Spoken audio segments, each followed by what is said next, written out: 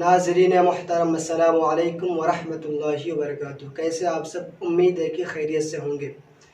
आज का जो सवाल है और आज का जो टॉपिक है नहायत ही अहम है। आज का जो टॉपिक है दो सवालों पर, जो दो सवाल एतराज़ की शक्ल में किए गए हैं, जो कि आपके लिए और सारे मुसलमानों के लिए जो कि अहले सुन्नत व जमात से ताल्लुक़ रखते हैं, उनके लिए जानना नहायत ही ज़रूरी है। सवाल ये है कि क्या औलियाए किराम से ये साबित है, बाज़ औलियाए किराम जो रात भर इबादत किया करते थे, यानी इशा की वज़ू से फ़ज्र की नमाज़ पढ़ा करते थे, तो क्या ये रवायात सही है या नहीं? ज़ैद कहता है कि ये तमाम रवायात फ़र्ज़ी हैं, बिल्कुल झूठे हैं, इनकी कोई असल नहीं, कोई बुनियाद नहीं है।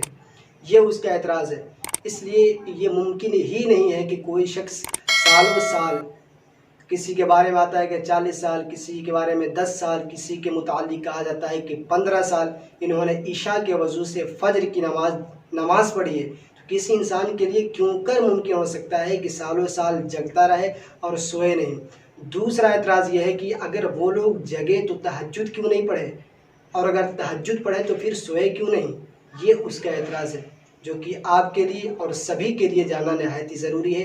तो इन दोनों एतराज़ का इंशाअल्लाह मैं तसल्ली बख्श जवाब दूंगा। आइए शुरू करते हैं। मौला मौला मौला मौला। ज़ैद के पहले एतराज़ का जवाब ये है कि उसने कहा था कि ये क्यों कर मुमकिन है कि एक इंसान सालों साल तक जगता रहे। तो पहली बात तो ये जान लीजिए, ये जो ज़ैद का मफरूज़ा है ये बिला दलील और बेबुनियाद है, इसका कोई सर कोई पैर नहीं है।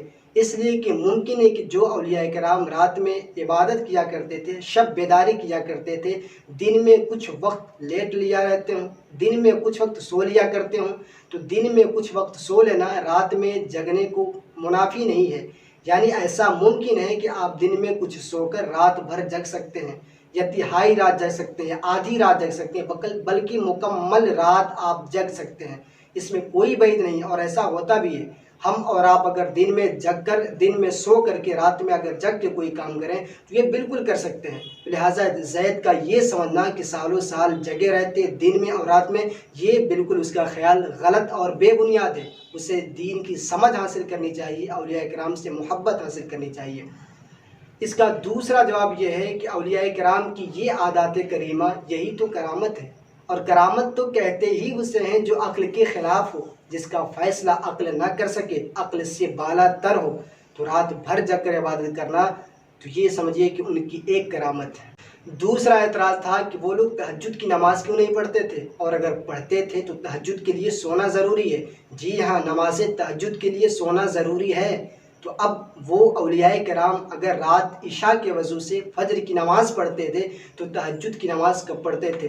तो मैं आपको बता दूँ, मिरअतुल मनाजी शरीफ में इस बाबत मुतालिक फरमाया यह गया है कि जिन औलियाए किराम से ये मशहूर है कि इशा के वज़ू से फ़ज्र की नमाज़ पढ़ा करते थे, जैसा कि हज़रत सैयदना गौस आज़म रज़ियल्लाहु ताला अन्हु और हज़रत इमाम आज़म अबू हनीफ़ा रज़ियल्लाहु ताला अन्हु, ये लोग इशा के वज़ू से 40 साल तक फ़ज्र की नमाज़ पढ़े हैं। तो इसका जवाब ये है कि नमाज तहज्जुद के लिए जो सोना ज़रूरी है, तो ये कुछ वक्त ऊँघ लिया करते थे जिससे नमाज तहज्जुद दुरुस्त हो जाए।